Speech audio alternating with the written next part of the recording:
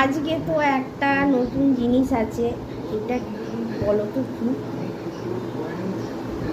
এটা কিন্তু বিরিয়ানি নয়। এটা বল দেখি কি? চিকেন পোলাও।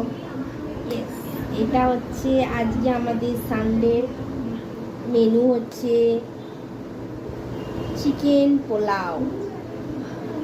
এটা হচ্ছে আজকে আমাদের সানডের মেনু। এখানে সব চিকেন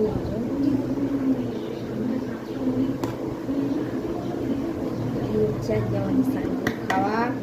আরও আছে আছে অল্প করে মাংসের ঝোল, মানে চিকেন ঝোল। আর আছে এখানে চিংড়ি ঘন্ট। এটাই হচ্ছে আজকে আমাদের সানডের মেনু।